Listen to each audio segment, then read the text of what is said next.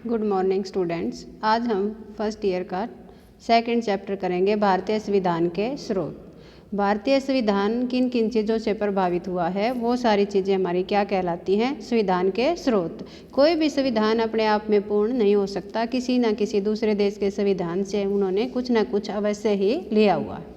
हमने भी अपने देश का जब संविधान बनाया, जो कि हमारा 26 जनवरी 1950 को लागू हुआ था, तो उस संविधान को बनाते समय हमारे संविधान को किन चीज़ों ने प्रभावित किया, वो हमारे स्रोत कहलाते हैं।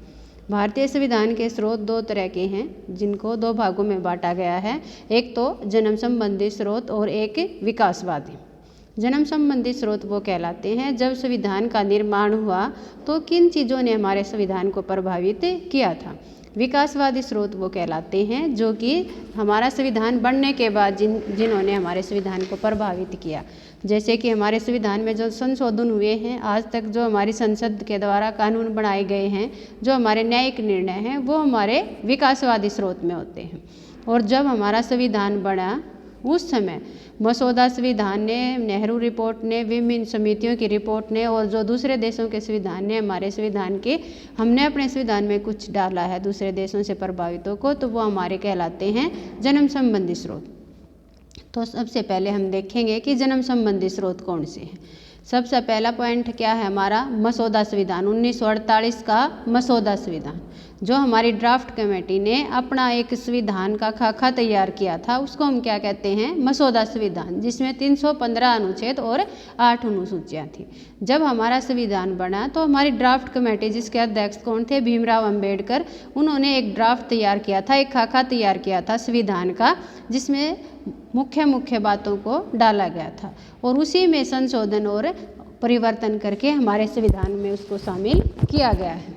उसके बाद दूसरा हमारा जन्म संबंधी स्रोत है भिन्न भिन्न समितियों की रिपोर्ट, जो हमारी उसने संविधान सभा ने विभिन्न समितियां बनाई थी, जैसे कि संघीय शक्तियों के लिए, मौलिक अधिकारों के लिए, अल्पसंख्यकों के लिए। उन्होंने जो अपनी रिपोर्ट संविधान सभा के सामने पेश की, उन्होंने भी हमारे देश के संविधान को प्रभावित किया और वो जन्म संबंधी स्रोत कहलाते हैं। तीसरा है हमारा 1935 का अधिनियम। जब हमारा देश आज़ाद नहीं हुआ था तो इंग्लैंड की जो संसद ने कानून बनाया था, 1935 का एक्ट के तहत ही हमारे देश का शासन चलाया जाता था।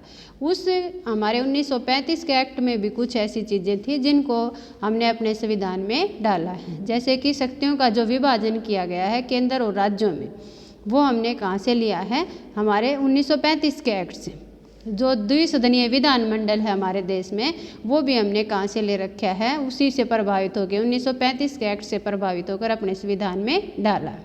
आपातकालीन शक्ति जो है आर्टिकल 352 भी हमने 1935 के एक्ट से प्रभावित होकर अपने संविधान में डाला है। तो इसलिए हम कहेंगे कि 1935 के एक्ट ने भी हमारे संविधान को निर्माण के समय प्रभावित किया। उसके बाद है 1928 की नेहरू रिपोर्ट, इसने भी भारतीय संविधान को प्रभावित किया है। 1928 में सभी राजनीतिक दलों ने एक कॉमन अपना अधिवेशन किया था, जिसमें 8 समितियों की एक कमेटी बनाई थी, जिसके अध्यक्ष थे मोतीलाल नेहरू। उन्होंने भी आज़ादी से पहले ही सोचा था कि संविधान होगा तो उसमें क्या क्या चीज़ें डाली जाएंगी। उस मोतीलाल नेहरू की रिपोर्ट में, उस रिपोर्ट में पहली बात थी कि जो हमारा केंद्र है वो अधिक शक्तिशाली होना चाहिए, और वर्तमान में भी हमारे संविधान में केंद्र को अधिक शक्तिशाली रखा है। तो हम कह सकते हैं कि नेहरू रिपोर्ट से प्रभावित होकर ही हमने केंद्र को अधिक शक्ति दी है, अर्थात संविधान में अधिक शक्तियाँ प्रदान की गई हैं। उसके बाद सांप्रदायिक चुनाव प्रणाली के स्थान पर हमने संयुक्त चुनाव प्रणाली की जो व्यवस्था अपने संविधान में ली है, ये भी नेहरू रिपोर्ट से प्रभावित होकर ली है। केंद्रीय जो संसदीय विधानमंडल होगा, दो सदनीय विधानमंडल होगा, ये व्यवस्था भी हमने नेहरू रिपोर्ट से प्रभावित होकर ली है। उसके बाद अगला जो हमारा जन्म संबंधी स्रोत है, वो अन्य देशों की संवैधानिक प्रणाली है। दूसरे देशों के संविधान ने भी अत्यधिक हमारे देश के संविधान को प्रभावित किया। अनेक देशों से हमने प्रभावित होकर, जैसे इंग्लैंड के जो संविधान है उससे प्रभावित होकर हमने अपने देश में संसदीय शासन प्रणाली की व्यवस्था की है। हमारे देश में मौलिक अधिकार हैं, प्रस्तावना की जो व्यवस्था की गई है, ये हमने अमेरिका के संविधान से ली है। नीति निर्देशक सिद्धांत हैं, वो हमने आयरलैंड के संविधान से लिए। तो इस प्रकार से हम कह सकते हैं कि अन्य देशों के संविधान ने भी हमारे संविधान को प्रभावित किया।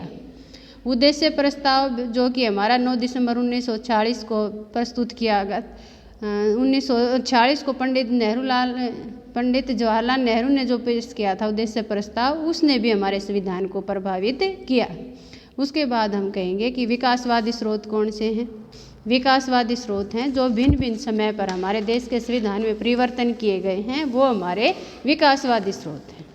उसके बाद संसद के द्वारा बनाए गए कानून कि समय पर आवश्यकता के अनुसार जब संसद कानून बनाती है तो वो भी हमारे संविधान के विकास में सहायक होते हैं। उसके बाद है न्यायिक निर्णय। तो न्यायिक निर्णय भी हमारे संविधान के कि समय की आवश्यकता के अनुसार जब न्यायपालिका कोई निर्णय देती है तो वो हमारा क्या कहलाता है, संविधान को प्रभावित करता है, तो वो न्यायिक निर्णय हमारे संविधान के विकासवादी स्रोत कहलाते हैं। तो ये थे हमारे भारतीय संविधान के स्रोत, जिनको कि हम जन्म संबंधी और विकासवादी स्रोत के तहत समझ सकते हैं।